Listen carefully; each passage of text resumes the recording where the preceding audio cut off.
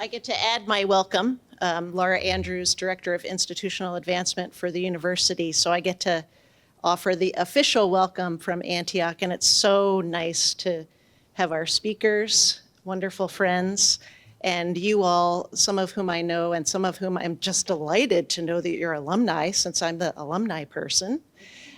So thank you for letting me introduce myself to you and vice versa.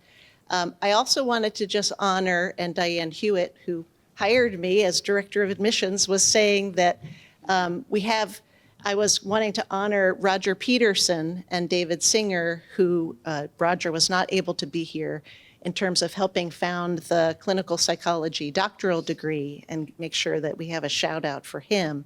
And then also that we have a very vibrant master's psychology program, a set of psychology programs. And I think if we have an event like this again, we'll have to do more around the history and founding of that, because that's an incredible set of programs as well. So thank you. It's delightful to be here. And one last thing, I brought Heidi's book, which is For the Taking, and I've read several times and learned every time. And a couple issues of the latest magazine for Antioch. Please take them. And then there's like a little, if you want to see what the Antioch of today looks like, there's a little view book that has those kinds of things. So again, thank you so much. And hand it back to Roland. You didn't come here to listen to us talks, so my next comments will be very brief. If you look around the walls, you'll find our four panelists almost everywhere around this room. And I'll just share their names and let them introduce themselves. Each panelist will have about 10 minutes to share stories. And then after that, we'll have question and answer from the audience. Heidi Watts, David Sobel, Ed Toomey, and Jim Gruber. Without further ado, Heidi. Ooh, And oh. And do I need this? yes, it's a big room. Everybody, including my daughters, tell me they can't understand me. So it's not surprising you can't either. When I started thinking about this about a week ago, I thought, 60 years? That's a long time. Do I remember what happened 60 years ago? And you know, the sequence of events and the people. And then I thought maybe I have some notes written down. So I started to look through my file cabinet, and then I thought, oh my gosh, somebody's already written that book.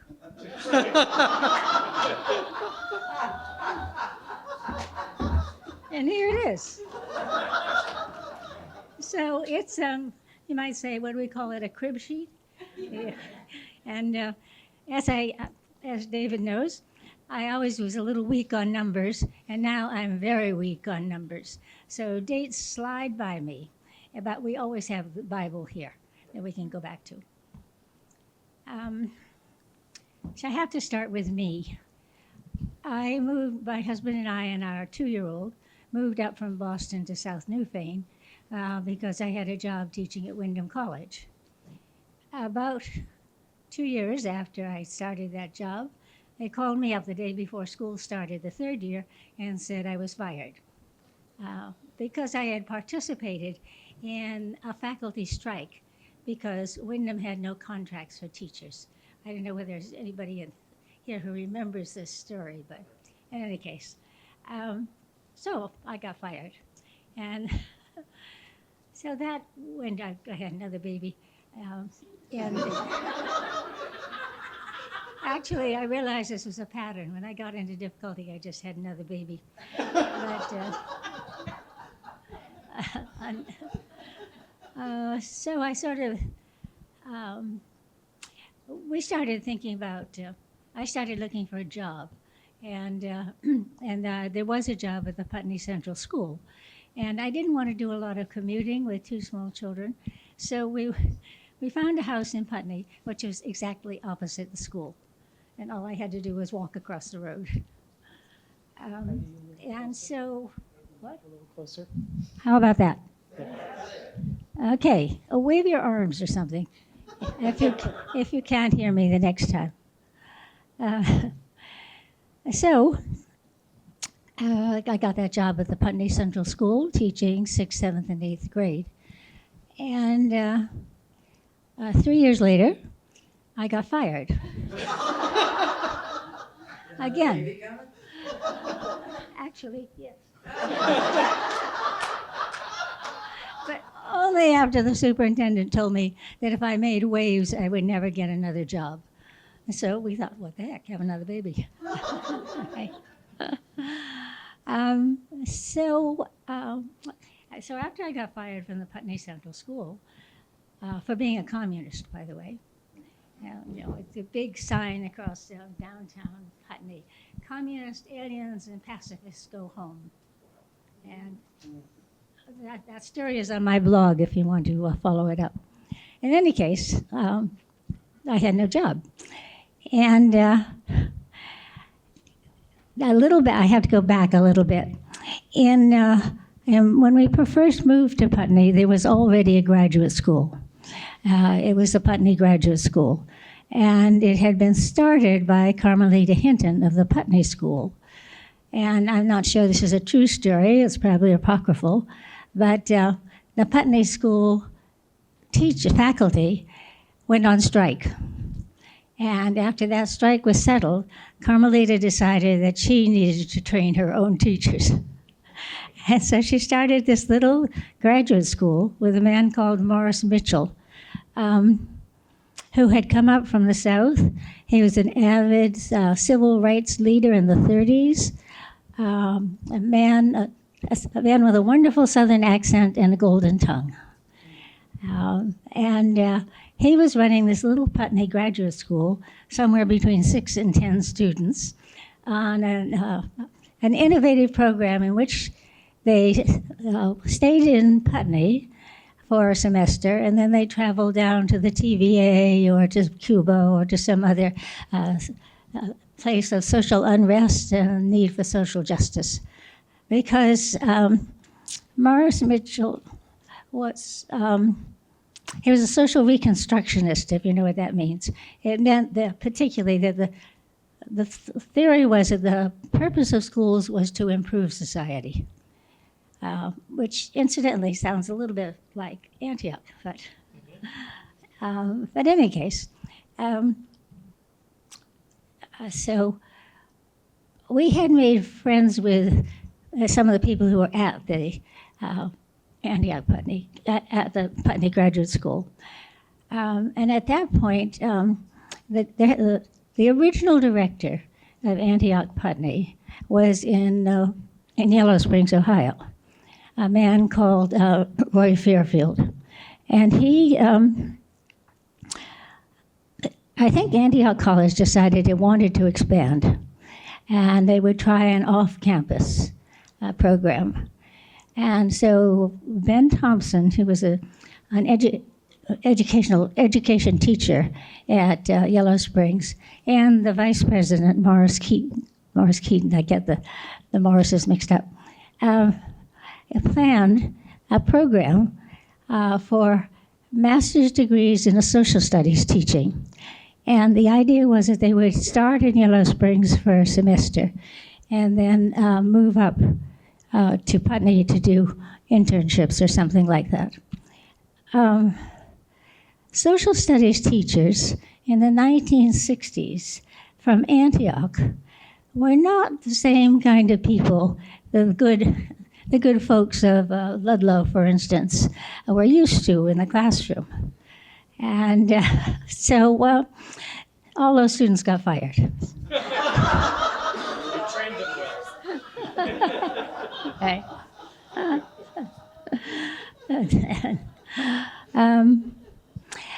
So two things were going on. I was teaching at Putney Central School.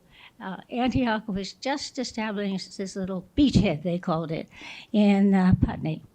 The school met in a very old building. There's the first picture up there, on the top of Putney Mountain.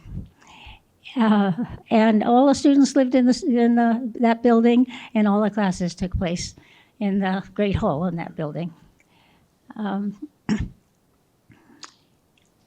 In the first year, there were 6 students, I think, that came up from Yellow Springs.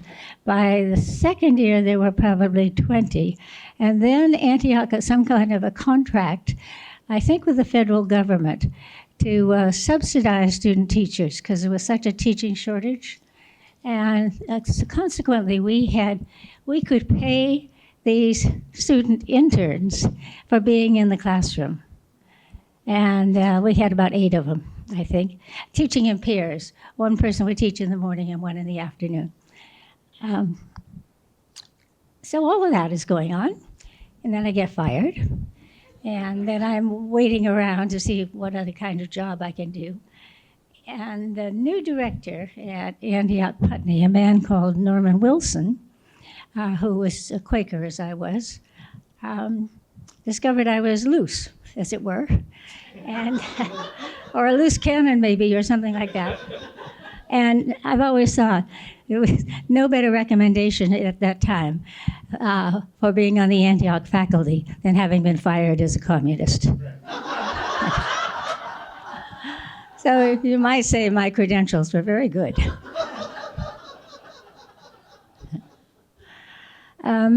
What happened next? Oh, so then originally there was just an MAD,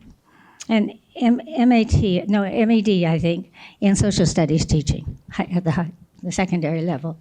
But with this federal grant, we moved into the elementary schools, and that was what I was doing, supervising the elementary teachers, student teachers, which was a job because, poor things, they had never been in a classroom before, and they were suddenly responsible for half of it, and fortunately not the whole day. And they were a wonderful group of students. I think it's really important to understand that Antioch Putney was a child of the 60s, that the kinds of things that happened then could never happen now, but it was part of the whole social ferment, and we benefited from that because almost all of our original students were people who had been in the Peace Corps or some kind of domestic service program. And just brought with them, maybe when they got through with those schools or whatever projects they were doing, they looked around for a graduate school so they could continue to stay out of the draft. So there were men in education, men in elementary school, for heaven's sakes, which was just great. And another good thing that came out of the 60s, along with a lot of bad things that came out of the 60s. But in any case, so you have this little graduate school. Thanks. You have this little graduate school establishing itself in the mountains of Vermont, up a road that was impassable in the winter, and a building that was quite shoddy, although it had been good in its day. And the program. Well, you couldn't tell anybody what to do, especially if they were coming to a very forward-thinking, social justice-oriented school. And so the school was pretty much run by the 3 faculty people and the between 10 and 35 students. Long meetings, you can just imagine. Everything had to be done by consensus, and faculty and students together. And very anti-authoritarian in those days, so you couldn't really tell students what to do. You could suggest it to them, but you couldn't really tell them, and you couldn't do much about it. The assessment system was a prose evaluation, no grades, of course. And it was like that, with a lot of really wonderful experimentation going on and a lot of quite suspect things happening. Right. The student body grew. In Yellow Springs, they were so pleased with themselves that they started creating other centers.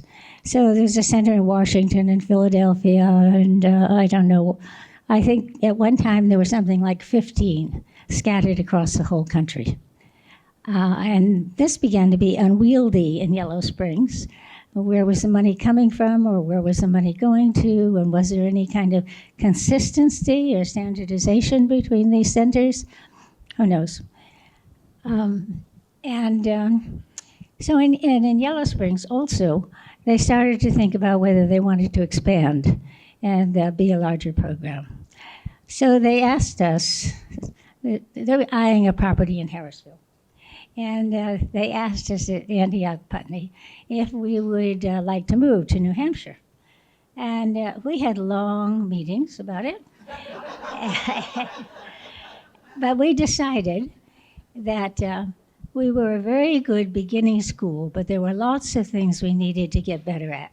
We needed to get better at assessment and at standards and at expectations, and we should just hunker down and improve the quality and the integrity of the program before we expanded. And just about the time we finished making that decision, all faculty and students together, Yellow Springs announced that they were moving to Harrisville.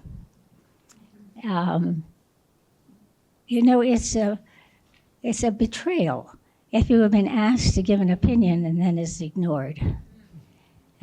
So I was so miffed I quit. Right?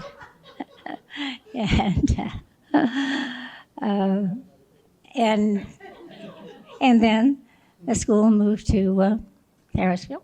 And that's your story, David. Yep. Right. I'm gonna go stand. I talk better if I stand. You probably. Heidi comes back into the story later on. Yes. Right. Is this one still on? Yes. Yeah, so I didn't have anything to do with the Putney. Well, I actually was kind of a sort of a Putney student, but not really, because I was associated with Prospect School in North Bennington, Vermont, that was affiliated with Antioch.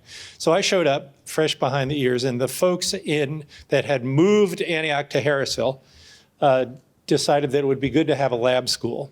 So one of my colleagues, who later became my first wife, and I did a study to figure out, okay, if there was going to be a lab school in Harrisville at this old, decrepit, falling down, the building continuity was there, right? The place in Harrisville was just like the place in Putney, right? And it's not as bad as this past year. Yeah, so this old decrepit villa on top of the hill. And so at 22 or 23, my colleague Tina Stoller and I did a investigation and found that there really wasn't preschool and kindergarten in the local schools. So we agreed to start a preschool and kindergarten. I think we started the whole thing in March, and by September we were open.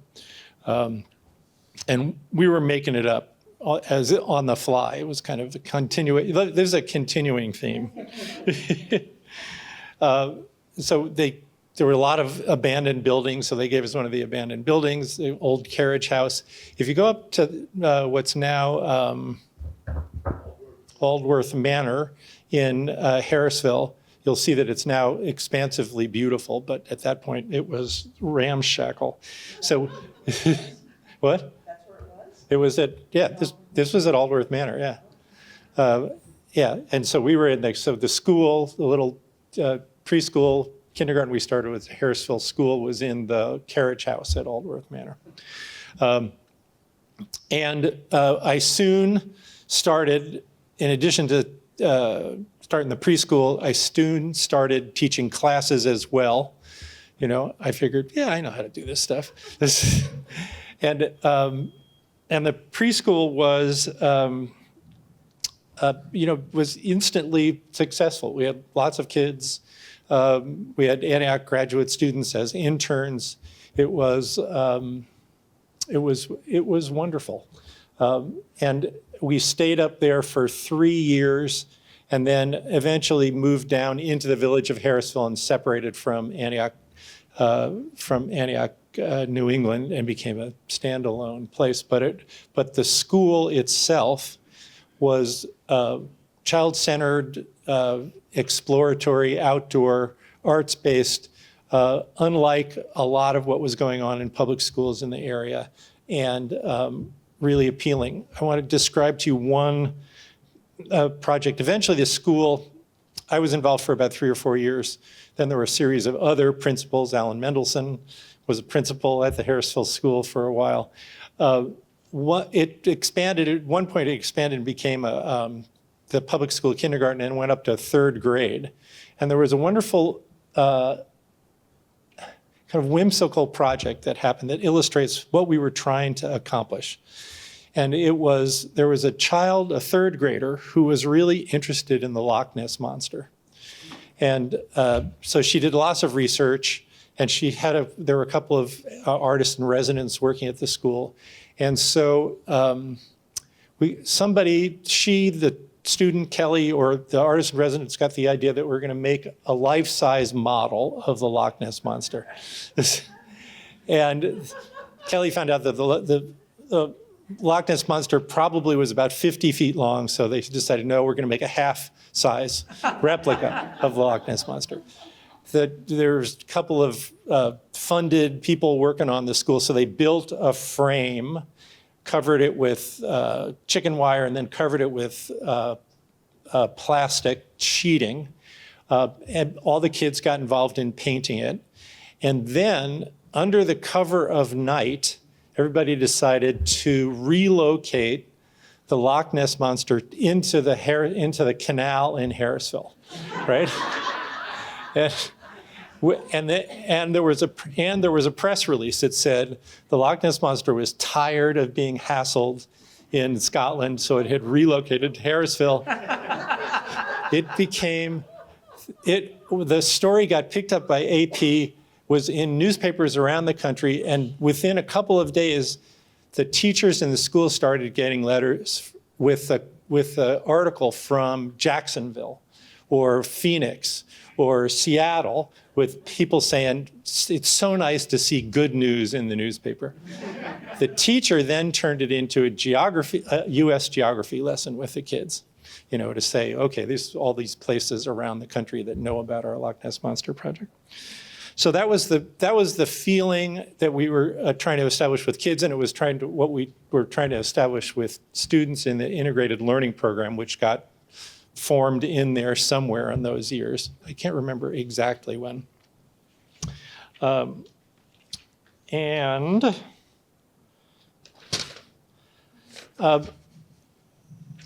wanted to describe 3 different projects that I was involved in in the middle years. I was kind of similar to Roland. I was basically a company man. I worked at Antioch for about 45 or 50 years.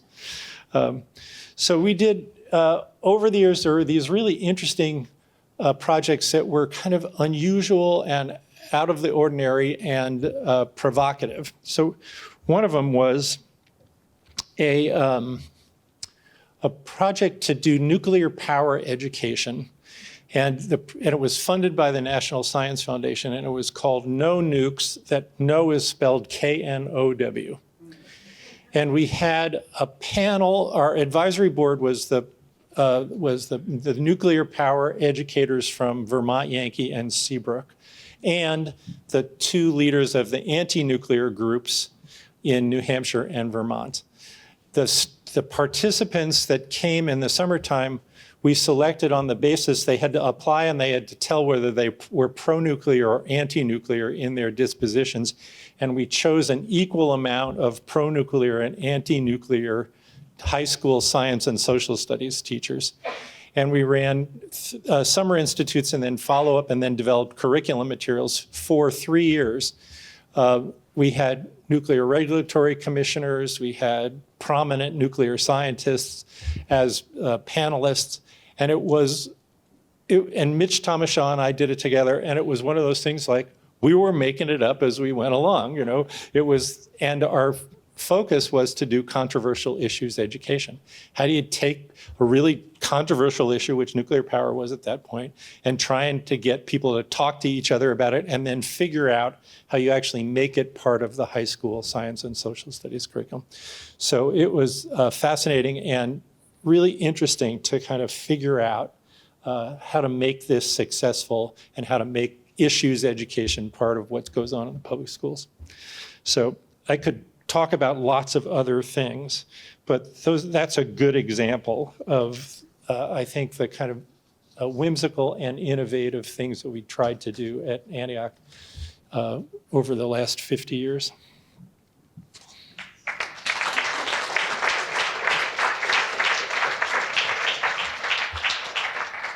get asked to tell another one of the stories. Sure. Question and answer. Ed, Tony.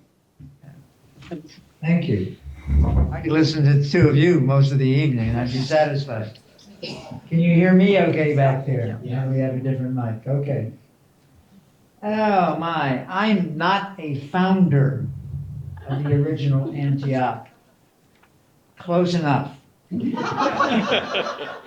Sustainer. A sustainer, thank you. Why didn't I think of that?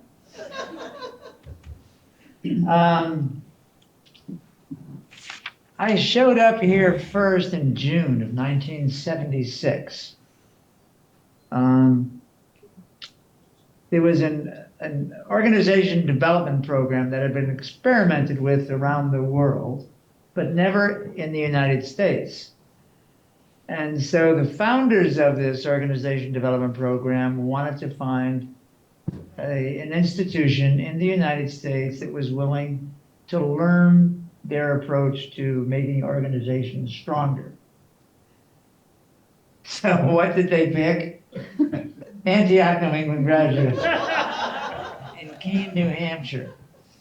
In where, New Hampshire?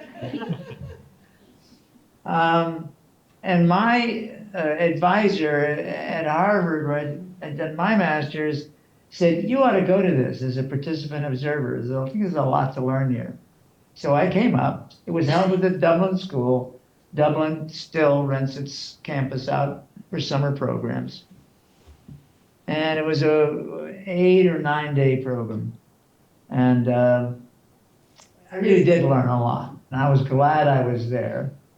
And I met a guy named Lou Feldstein. And Lou and I worked together in what was, this is one of the N-words from back then, in a dyad for the entire week, which means whenever they broke the group into small groups, really small groups, groups of 2, he and I worked together. And we got to like each other very much and respect each other very much and shared a lot of values. Some of which I think we made up as we went along.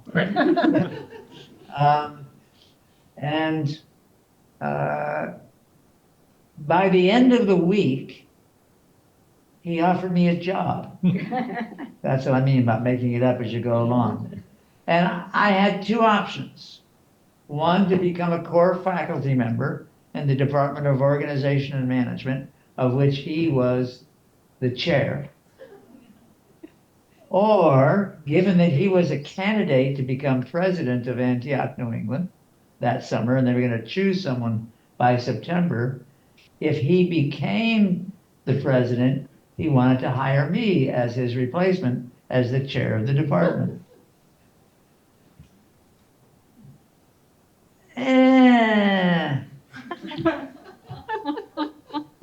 So I went back home, which was in Cambridge, Mass., where I lived in a gorgeous third-story apartment house on Kirkland Street, if you know, right off of Harvard Square.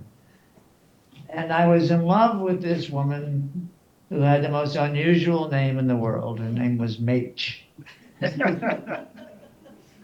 I still am very much in love with her. She's right here.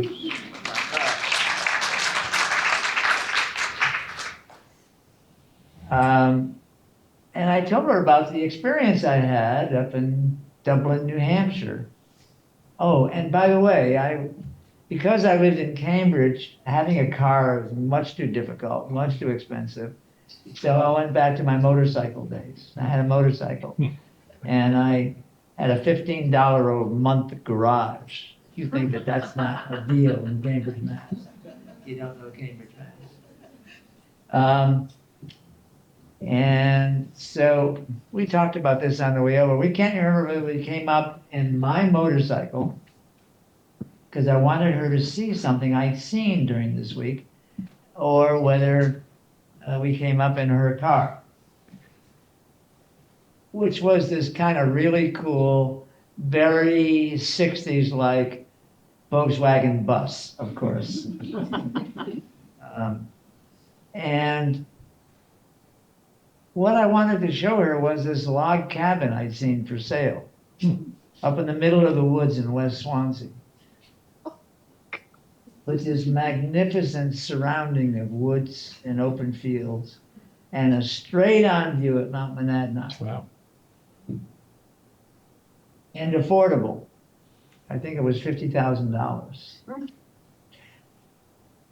So we drove up into the yard of the log cabin, and she got out and she looked at the cabin, and she looked at me, and she looked at the woods, and she looked at me, and she looked down through the fields, through the woods, at the straight-on view of Mount Monadnock, and she looked at me,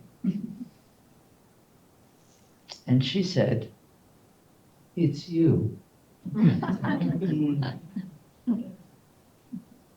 that was pretty gutsy of her to say that, because we had a relationship that was on the brink of deciding what we were going to do. We were trying not to make it up as we went along.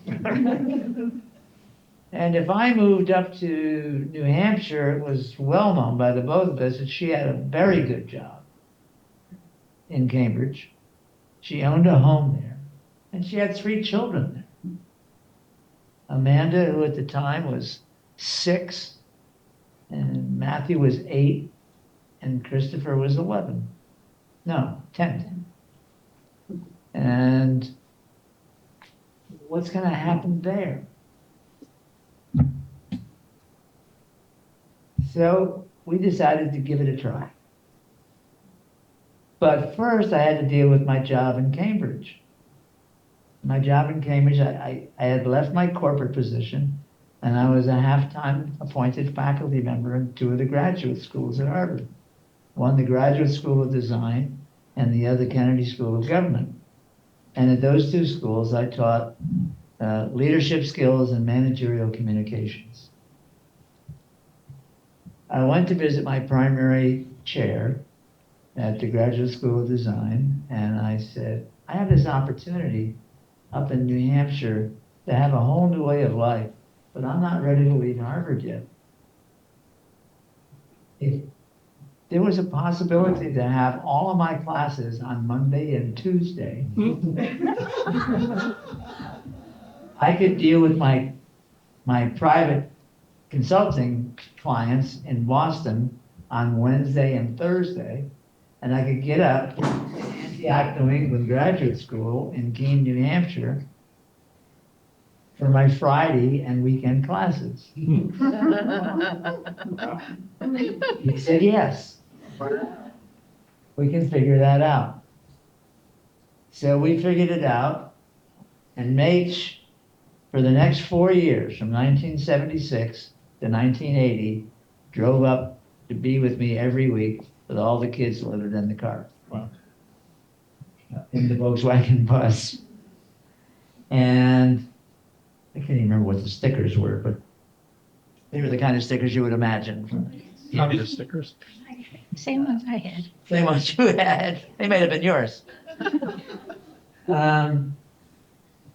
So Lou got the job of president that fall. And I started teaching my first class. And I had, for the very first class meeting, a classroom at Keene State. I walked in to a room full of about 23, 24 students. This was program planning and evaluation. And the students saw me come in with my jeans, a leather jacket, a backpack, and a helmet. My note here says, what the hell were they thinking?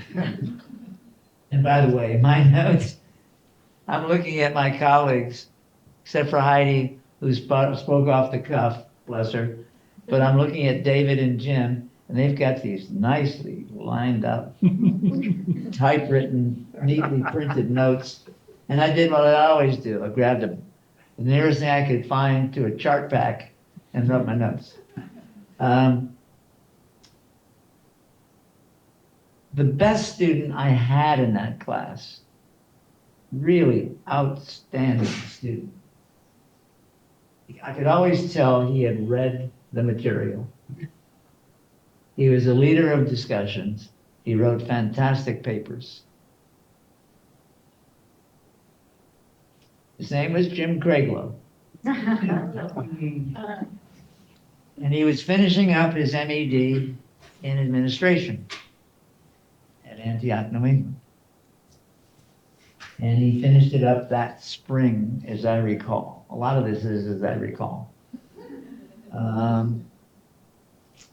And he was offered a job in administration at Antioch, New England, and he took it. Which was good, because as the story goes on, he became our next president. But Lou was there for a while after I got there. And he and I teamed up nicely.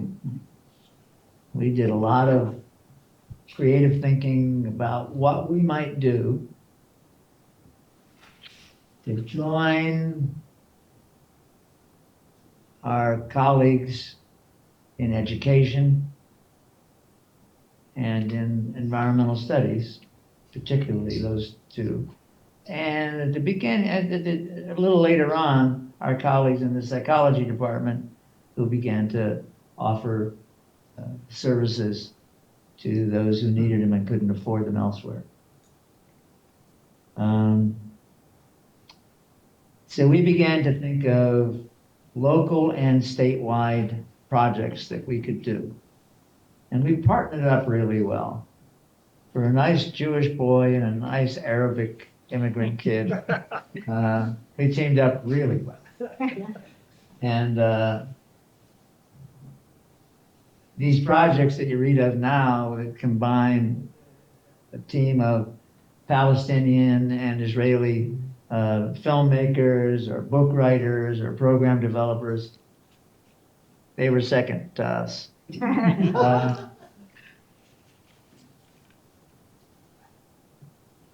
Now, in the meantime, after one of our trips up, I did buy the log place. And one of our trips back home, I hadn't left my apartment yet in Harvard Square. I had a note from my landlady, who was Michael Dukakis' banking commissioner. Someone with whom you don't argue. But she left a note saying she'd been successful in getting my apartment pulled out from rent control, and my rent was gonna double. So I said, that's it. No back and forth for me. We are definitely going to move up there, or I am, and Nature's gonna go back and forth. I got some of this turned around, but I think you get the gist. So I had called Lou and asked him if the job was still available. He says, yep, I just got appointed president. I said, well, it's not that job I'm after anyway. So, but I also don't want to be the chair of the department. I just want to teach. So we worked that out. I moved up there. I told you about my first class. My first class didn't always have a classroom. I don't know what we left behind in Harrisville, but we couldn't have upped our advantage very much because we were in a 3-story building on Elm Street in Keene, right next to the fire department. And probably of my 13 or so classes that semester, half of them were on a stairwell.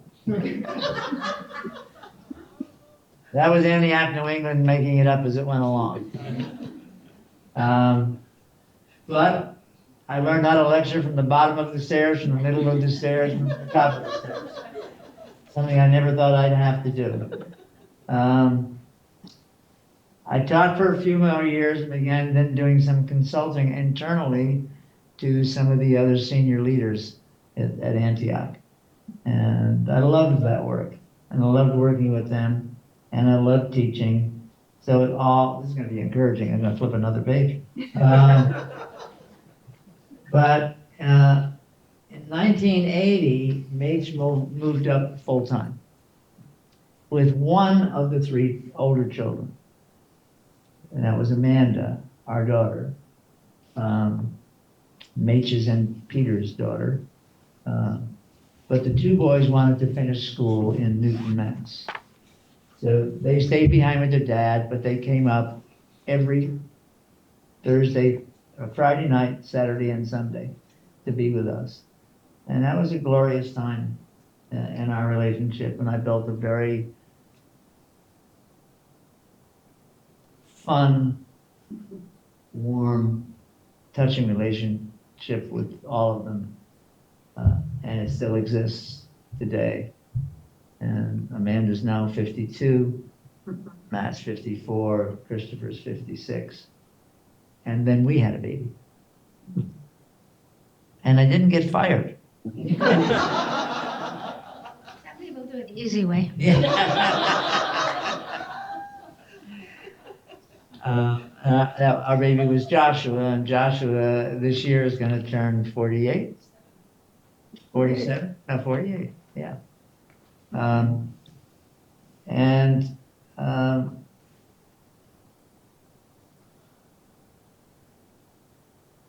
One of the two or three of the projects that Lou Felsen and I did were with the New Hampshire Charitable Foundation.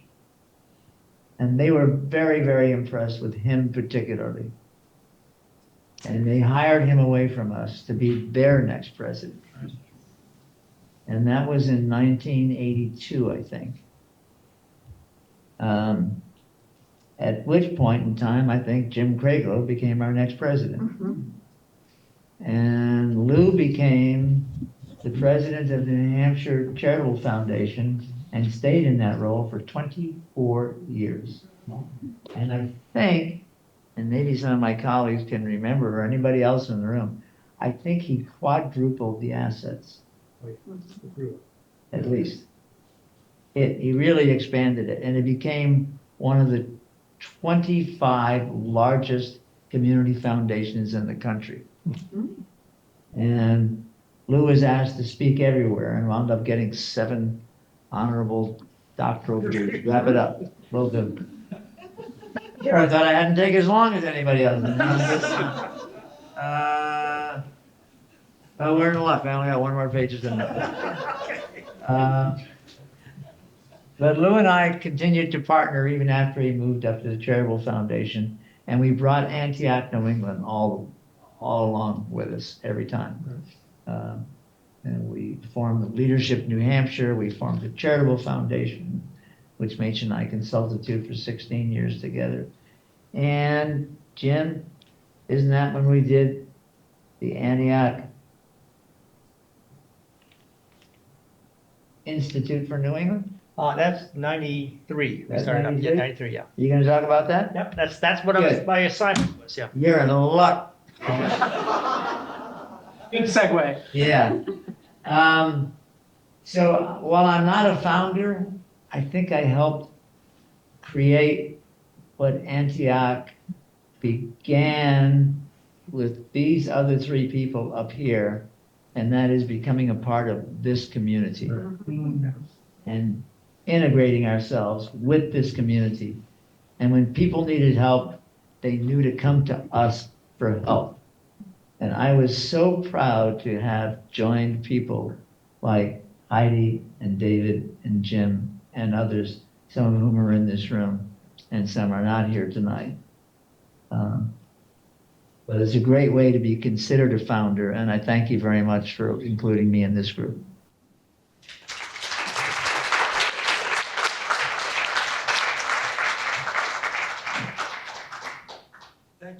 it's great to be on the same panel with Ed, David, which we worked for years, and Heidi. But my wife says, my dear wife, says I can't talk if I don't have both hands free, so I'm going to do what David did over there.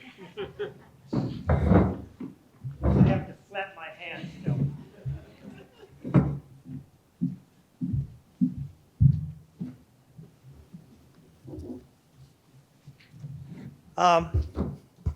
Now I'm free, right? Okay.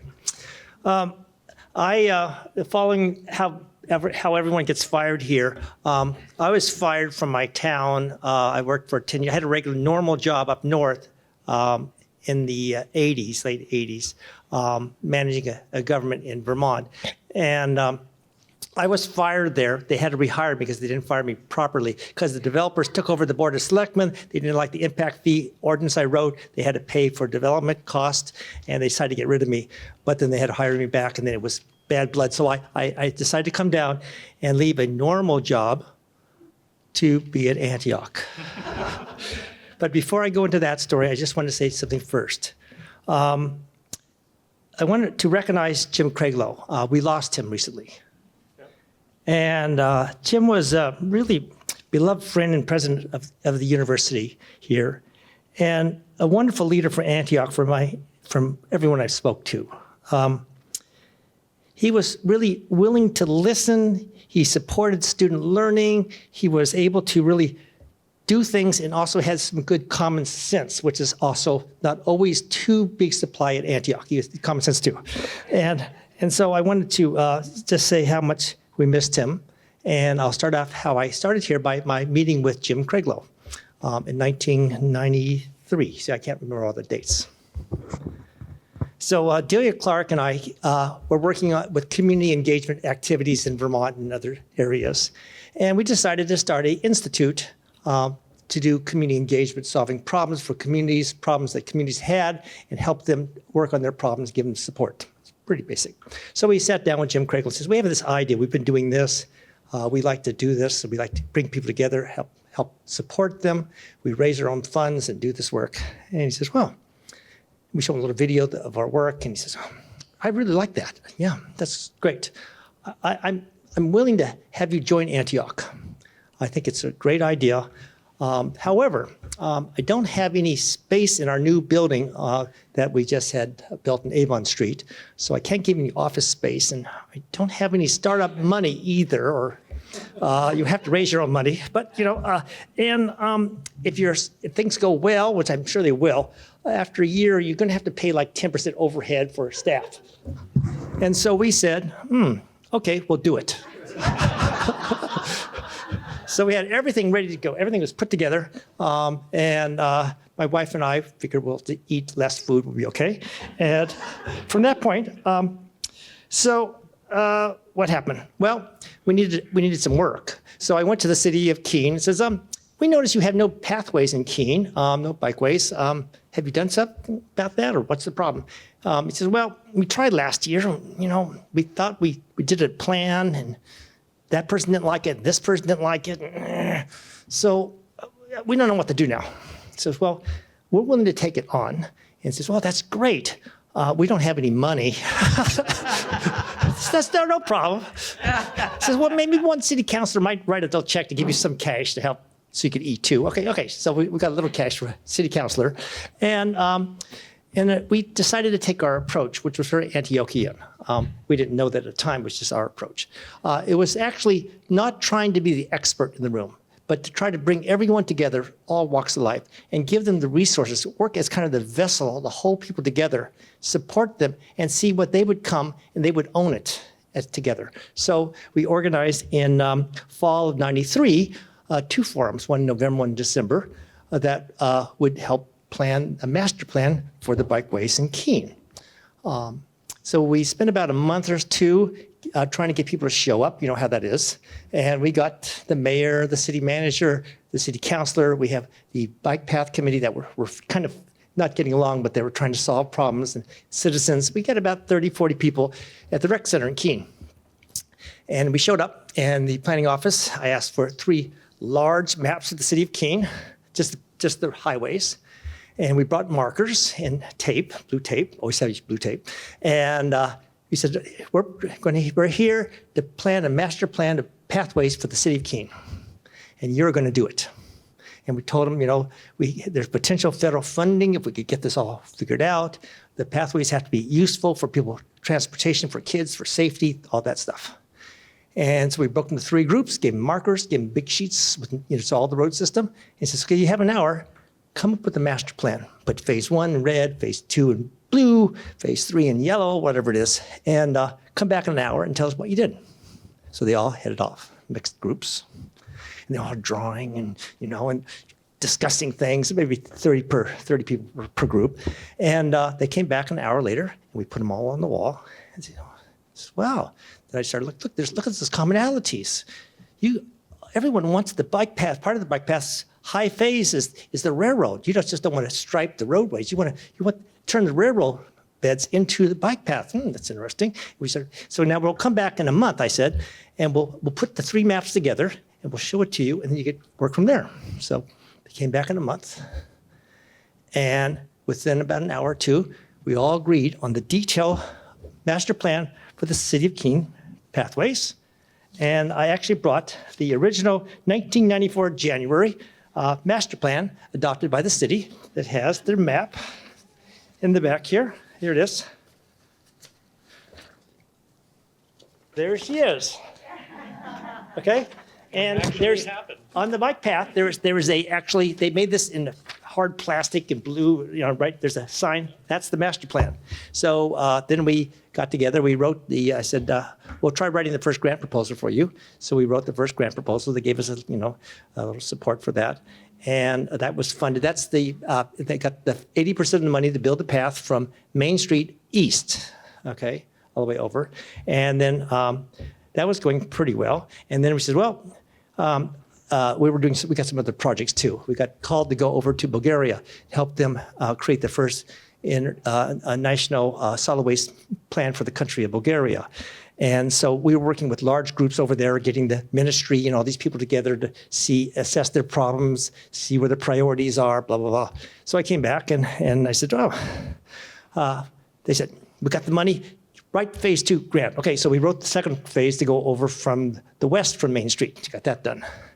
And so they were building, and then from the outcome, that big gathering, the first when was it? That was early January 1994. 6 months later, Pathways for Keene formed because people liked each other. This was their plans. So they formed Pathways for Keene, and Chuck Redfern was the president. He worked for many years raising the local match. We got 80% federal in local match. And we have a great organization, Pathways for Keene, and a very nice pathway system, but it's all because people came together, they used their collaborative skills, and it's theirs. So then we said, okay, we're through, but get out of the way, thank you very much. So that's the pathways, and you can look at, back there I have the grant proposal, this thing here of the master plan, if you want to see what happened back there, because Roland told me I need to tell you exactly how that happened, okay? Is that good enough, Roland? Yeah. Okay, good. All right, so moving along now. I want to very briefly, I wrote things down because if you wanted me to talk all day, I don't have to write a thing down, but I was trying to keep it down 2 minutes. Okay. So during the next 15 years, we had a variety of activities we grew. People were really interested in trying to solve community problems collaboratively. So we had a lot of people coming in. There's in the back table there shows you all the staff, quite a few staff members. And our philosophy was to work collaboratively with others. So we had many, many funders, partners, organizations, hundreds. You see them listed. Some of them would be like a school we were a partner with. We'd get a grant for the school, we'd do some of the work, and then they'd get another grant, they hire us to do some of the work, and we'd be back and forth working. Okay? So that worked quite well for years. I actually had to look up to find this. What was the mission of the Institute? It lasted for 15 years. It got, phased out by one of these guys here because he didn't see the value of it for the university, but I won't go there. This is positive. See, I work with a lot of Republicans. I'm in the House, and it's like no negative. Okay, so 15 years. So our mission, what we did, was engaging people in the process of creating environmentally healthy, culturally rich and economically strong schools and communities through leadership training, environmental education, and applied research. And so basically, the goal was simply helping people or communities face things they're avoiding. You know, sometimes we avoid things or challenges they haven't been to deal with, and give them some tools. We're kind of like as a vessel holding people together, and then as soon as they get their capacity going, get out of the way. And so that was what we did. And let's see. So we worked in a variety of areas. There's hundreds of projects. I have back there a bunch of these annual reports. Each year, we write an annual report and wrote all the projects and things like that. And so we worked about 5 areas. David headed up a number of them. Particularly, I remember, that's the Community-Based Environmental Education Program. Remember, David? COSEED, Racial Outdoor Learning Laboratory, Center for Environmental Education, all those things. We also worked in areas of training local officials. One of my favorite jobs was in MH. You were the co-founder of this effort. We wanted to help local government train. Actually, we want to train local officials, boards of selectmen, on how to work better with their community. They always complain, there's no volunteers, they just don't do what we tell them to do, blah, blah, blah, blah. Remember MH? And so together, MH organized a number of luncheons with local officials, saying we'd like to provide training through Antioch on how to work with your community members well as boards of selectmen. And they came for a number of lunches. And they said, well, we can't do it this way, but we could do it this way. One Saturday every 3 months would work. We can't work evenings. We're too busy. And we framed it in a way. And they said, don't talk to us too long. Talk like a half an hour. Then let us apply it. We want to talk to each other. And so we structured the program based upon what they told Mach and I, right? And it worked. So for 10, 15 years, we trained select people across the state, partnership with the Municipal Association, New Hampshire, and other groups. And it was great seeing all these selectmen talking to each other, working together. And I have my 2 minutes. So wrapping it up, training local officials, we did recycling, household hazardous waste programs, we did vision to action forums. That was bring communities together, assess their community and where they needed to work and bring them together to do the work. And then the last one, the Monadnock Region Public Schools of Choice, we helped create a MC Square School and some things like that. So in essence, it was amazing being able to work with Antioch. The students were wonderful. Had a chance to work with PhD students, master's students. They were wonderful people. And many of them, I think I counted, we looked up, it was about 180 students worked with the Institute over the years I was there, doing good work. And some students came because they wanted to apply things, and Antioch was very applied. So it was a real pleasure having a chance to be fired and trying to find a job where we had to build the plane as we fly it. So thank you.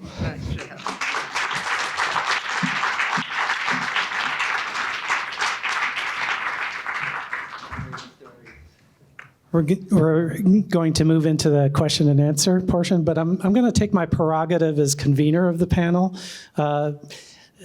David was the only one who ended on his own without my having to hold up my 2 fingers.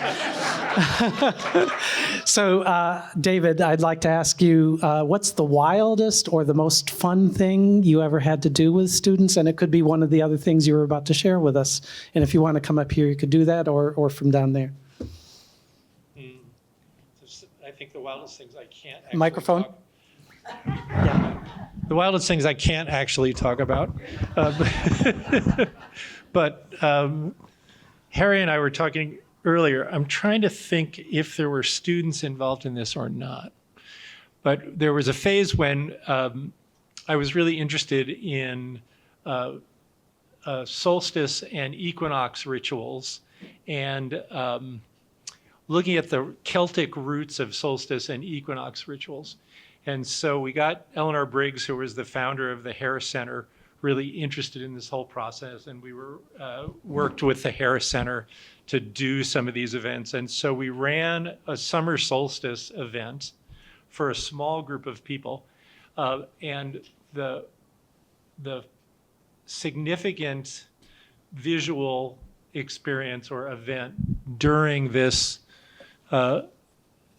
gathering was based on an old Celtic ritual of having a ring of fire roll downhill, right? to symbolize, because it symbolizes the fact that after the summer solstice, the days started getting shorter, so the sun was going downhill. So I figured out a way to get a ring of fire to roll down a long hill at dusk on the summer solstice. It was beautiful. And it didn't catch anything on fire. And the fire engines didn't come. And the fire engines didn't come. So that was probably one of the things that I was proudest of in terms of events. How many Antioch students were involved in that, I can't remember, but there were certainly other Antioch faculty members involved. So questions from the audience, either for individual panelists or all? Just raise your hand, I'll bring the mic to you. Don't be shy. I was in the O&M program, but when did the psychology program take off? It actually started in Harrisville.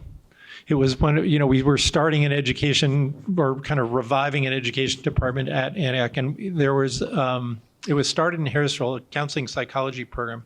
I'm pretty sure the founder, it was Mark Peterson. It was Mark Peterson? Yes. I kept thinking it couldn't be Mark Peterson. I'm thinking Roger Peterson. But it was Mark Peterson and his wife. What was his wife's name? Carol. Yes, Mark and Carol Peterson. And so they started it at, up on the hill there in Harrisville, and then it relocated at 1 Elm Street in Keene.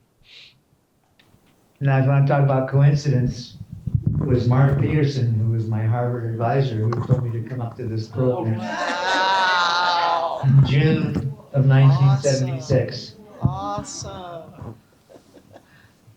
So I don't have a question necessarily, but I just want to thank you, Roland, and the Historical Society for organizing this.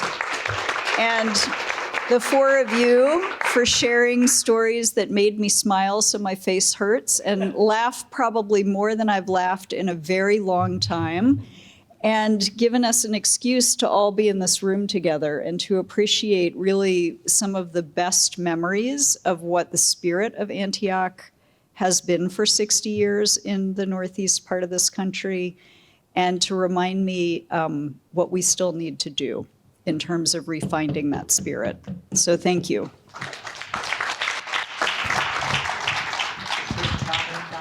For this next question, one of the saddest things that happened for me tonight was to hear Heidi use the word social justice. Yeah. And to recognize that's one of the lead words that's no longer allowed to be used at the federal government level. Makes me sad. We can use it in this room. I could be a little bit of a plant, but we didn't prearrange this, so maybe, so. But I was struck hearing all the stories and hearing about Lou and the charitable foundation, with also the way that sort of waves of creativity and waves of connection seem to always play through Antioch. And so I wanted to know if Jim, my husband, would just give a mention to the work he did in the Baltics and how it connects with some of those deeper roots of Antioch, and with the work of democracy that it seems we now need to employ ourselves. Okay, fine and blank. Luke Feldstein, I knew him since the 80s.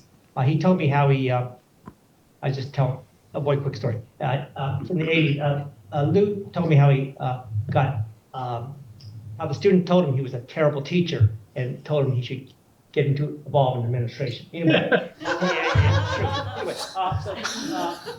I was working on a project with the Institute to help local communities in the 3 Baltic countries, Lithuania, Estonia, and Latvia, to create community foundations, and worked with Lou Feldstein, getting models from the New Hampshire Charitable Foundation and materials that I shared with him. Obviously had to be translated to different languages. And now there's about 17 community foundations in those 3 countries, last time I checked, based upon getting the material from Lou Feldstein on how to set it up. So that's an example of Antioch leverage. Very cool. You were certainly more effective than I was. I got support from Lou and Jim to join a group that was going over to the USSR, to Moscow, and to cities in Ukraine to help them form a nonprofit sector. So about 17 or 18 of us went over there. And we thought we were terribly successful, except that when we came back, the USSR broke apart. So we thought, we did a hell of a job, didn't we? I believe Heidi had raised her hand. If David, could you pass the microphone over to her? If you can stand it, I have another story, which ties in with some of the other things you've heard. In 1984, I decided that I would like to try and teach at Antioch again. And so I had been interviewing at colleges, and fairly successfully. So I got dressed up in the clothes I always wore when I was interviewing at a college. You know, my little heels and the sort of spiffy jacket and all that kind of thing. And I was ushered into the room. Lou was at his desk in his ragged jeans, and Jim was sitting on the couch with his feet on the coffee table. And I was clearly out of place in my costume. Right? So I talked to them about their experienced educator program and what I could do and so on. And when I got all through with this, Lou said, "Well, Heidi, we don't have any money, but we could pay you about this much for the first year or so." And so I said yes. And that's the one thing with the story. The other thing I wanted to say is that I cannot imagine a better place to work than Antioch in the 80s and 90s. We were collegial. Jim was one of those leaders who listens and can make decisions as well. We had, well, this making it up as you go along, it may be a little flaky in the beginning, but that's where all that innovation came out of. All that amazing innovation, the new programs, the work was done. It was because you could make it up as you go along. And because we had good leadership that said yes to this and no to that, and our own communal leadership. So I feel particularly blessed to have had those years at Antioch.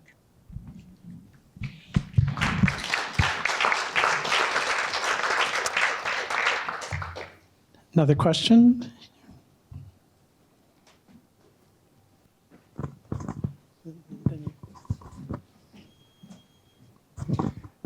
So I came here to go to Antioch, as many of us, the region is filled with people who came to Antioch and stayed.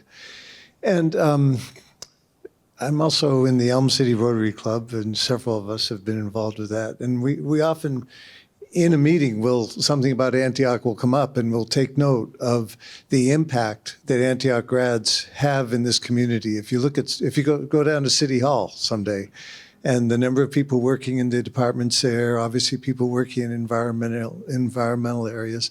And Ed, I think you referred to, this sort of growing awareness that rather than just being a sort of detached academic institution, that the work that could, and Jim, I guess you too, the work that could be done in this community to engage the community and actually offer solutions as well as training your students became more and more conscious. So I would just like, first of all, to acknowledge the incredible impact, and this whole wall here is obviously about the impact of Antioch in this community.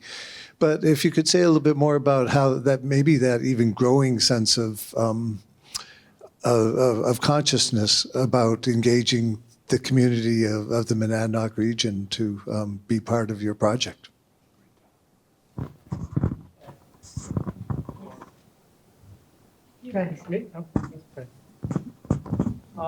What's great is so many students, when they can learn and apply the work.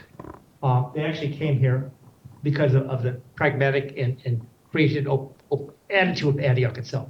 And the other students, as Laura would say, they came because the other students they met. Yeah, it was. But the sort of activity the students did is amazing. From the sustainable purchasing, the city hall, the planning office, Mary Berner. There's so many people who've come here who also the word DEI, right? We have Antioch brought a lot of diversity of students. We have students from Ghana working here on solar work now, from Rwanda working in the city office. We brought a lot of diversity, which I think made the whole community, a better place to live. Richard. And the students actually, I remember once we brought them to I taught a course in public policy making. I brought a number of students to work on a project, and we did this big forum and all that stuff. And it's just like learning in class. This is real. So they learned a lot. Thanks.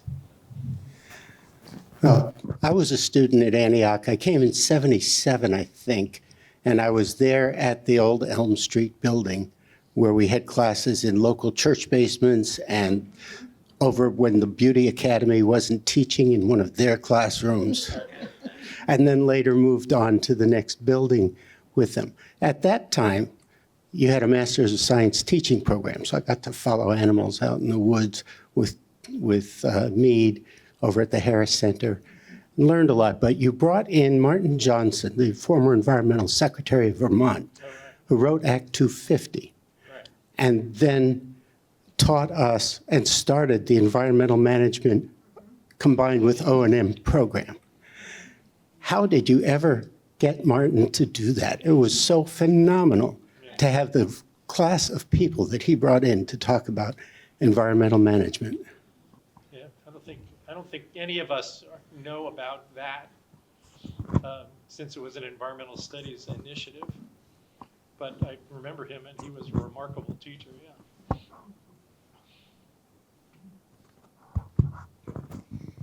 Thanks so much for being here tonight. I just finished at Antioch.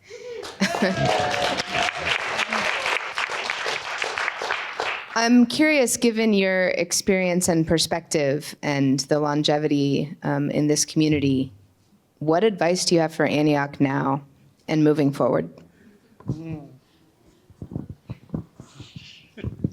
That's one for all of you, I think. We have 5 hours. I'll give it a start. After 50 to 60 years of consulting to organizations, and they're restructuring themselves and trying to figure out where they go next, et cetera, I've learned many things, but the one I often lead with is do not centralize. Stay local, integrate yourself into that local community, as many of these stories we've heard people do, and bring along your students. Try to encourage them to be involved. But once you centralize, my experience has been that you become immediately more bureaucratic. There are immediately many more steps to go through before you make something original happen. And you often hear phrases like, that's not the way we've always done it. And it's like, I'm not going to use the word, but who gives the way you've always done it. One of the greatest experiences Mach and I had was those 16 years we worked for the corporate fund while we were at Antioch. And the corporate fund was an organization made up of about 12 to 14 of the leading employers in New Hampshire, plus the New Hampshire Charitable Foundation. And they invited people to send in proposals to improve their governance and management. And we talked about this with our students a lot, how we did that. And over those 16 years, Mach and I reviewed over 1,200 proposals from nonprofits. And we created a whole bunch of interest in original thinking, the kind that Heidi started this evening with. And we used our teaching and our students' ideas about how to make this happen better. And we offered a debriefing on that proposal to every one of those 1,200. About 800 of whom were turned down, and about 400 of whom got some kind of money from the corporate fund to try out these new ways of developing themselves. So staying original, staying local, staying decentralized, and staying as less bureaucratic as you can be. You mean not doing exactly what the university has done over the last years? I think we have time to hear from each of the other panelists to this question too. So if Heidi and David and Jim, if you would comment on this one too. No, I want to agree with Ed. Jim referred to this community-based school environmental education project that we did for 10 years and worked with 17 or 20 different communities around Massachusetts, New Hampshire, Vermont, and Maine. And it was all about using local resources to enrich education. And so that got transmuted into place-based education. And so it was education rooted in the cultural and natural resources of the place. And that's what made for rich and diverse education. And it's, as you were saying, it's staying local and staying connected to your place that really makes something useful. So the more that Antioch, New England can stay connected to this place, to the Monadnock region in New Hampshire and New England, the better off we're going to be. David's work on trying to empower people too. There's a big difference between walking in as, quote, the expert and trying to give resources and empowering people to do the work. Okay, so I'm a bottom up, opposite than what's happening in DC right now. And that's what we have social capital here in this region that is rare. And I think Antioch students, they became part of that. So I think that's a resilience. It's not necessarily always efficient, but it's very resilient and responsive. Heidi, last on this. Yes. I think I should pass on this one, actually. I don't know a great deal about Antioch at the moment, but I have a deep prejudice against what's happening.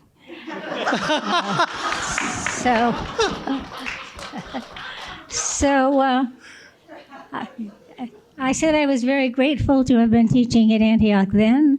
I would not be grateful now. That's the way I feel, and it is a very uneducated prejudice. Right. One more question. This is for all the esteemed panelists. You sort of presented how in the olden days, one of the prerequisites to getting a job was to be fired from your other job or jobs, and then to have a position where you just made it up as you went along. And then you also encountered people who had created structures in which you could create things as you went along, having been fired and fired. And I don't know how many people you fired, but I don't know. But my question to you is, when I came to Antioch, one of the programs that attracted me was Ty Minton's communications program. And I wonder if you can present to us any platforms that are currently promoting the kinds of approach that you just recounted through your histories, or what the prospect would be for creating contemporary platforms for communicating the stories you presented today and the point of view.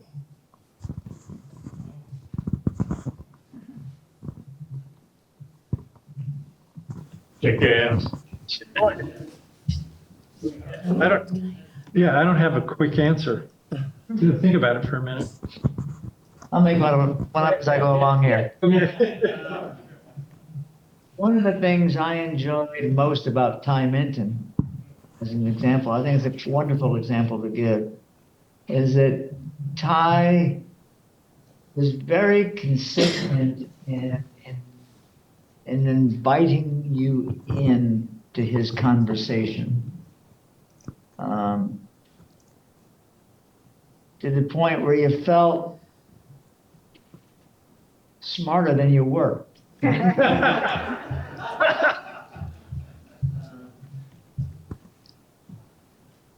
think the thing I can't resist saying, I'm sorry, and I didn't get your name, of course. Mark. And the person who just graduated from Antioch? Rachel. Rachel? Hi, Rachel, I'm Ed. I can tell you what the most wonderful thing that Mach and I continue to experience as we walk the streets of Keene and other smaller cities, villages around here. It's when someone who had you in a course 20, 30 years ago, say this more about Mach than about myself because it happens to her more often. When people stop her and say, I want to remind you who I am, Mach, and I can never forget you. You changed my life. And when you hear that from someone that you invited into your intellectual capacities, that you introduced to serious literature and had them learn how to make it their own, and not just depend on the expert writer of that literature, but to turn that literature into practice. And we often talk about theory into practice as one of the most important teaching strategies and talents there is. And we tried to do that all the time. And if we've changed any lives in our 30 or 40-year career of teaching, and if we changed any lives in any way tonight, all I can say is, I think that's what I came into this world for. Right.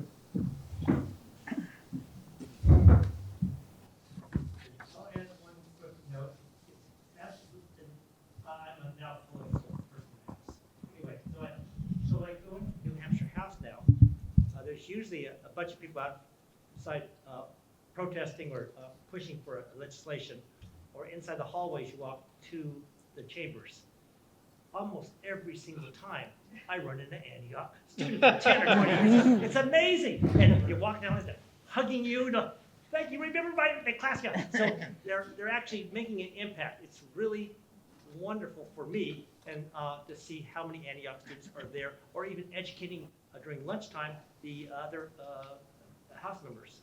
So they're really active, not just here, but in Concord too. So it's great. Here, Mark, as a specific recommendation, look at a project called Pathways to Stewardship in Peterborough, Ontario. And it's an example of what you're asking about, where it's the best community-wide, small city-wide orientation towards, if we believe in environmental futures, how do we organize all the educational institutions, churches, schools, environmental groups? How do we organize them to develop children that are going to grow up to be environmental stewards? And so it's the best example that I've seen of a community-wide or initiative with really with well-done communication. Pathways to Stewardship in Peterborough, Ontario. One last comment.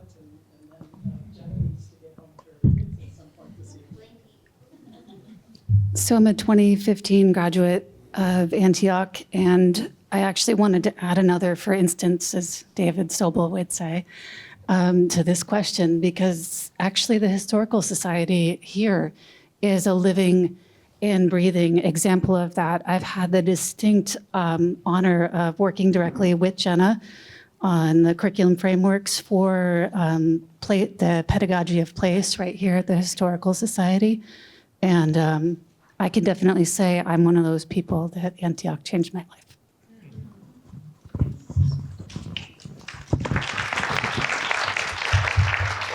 And I will exercise my prerogative as convener to take my take on Rachel's question. You look around the room, we look all the walls sitting in this room.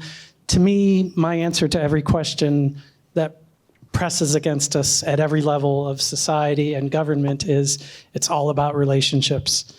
We have to stay together. We have to support each other. And this exhibit and all of you that have come this evening and our panelists, they live and breathe that. And we just have to remember that we're all here for each other no matter what else is going on. Thank you, panelists. Thank you, audience. Thank you, Roland. Thank you, Roland.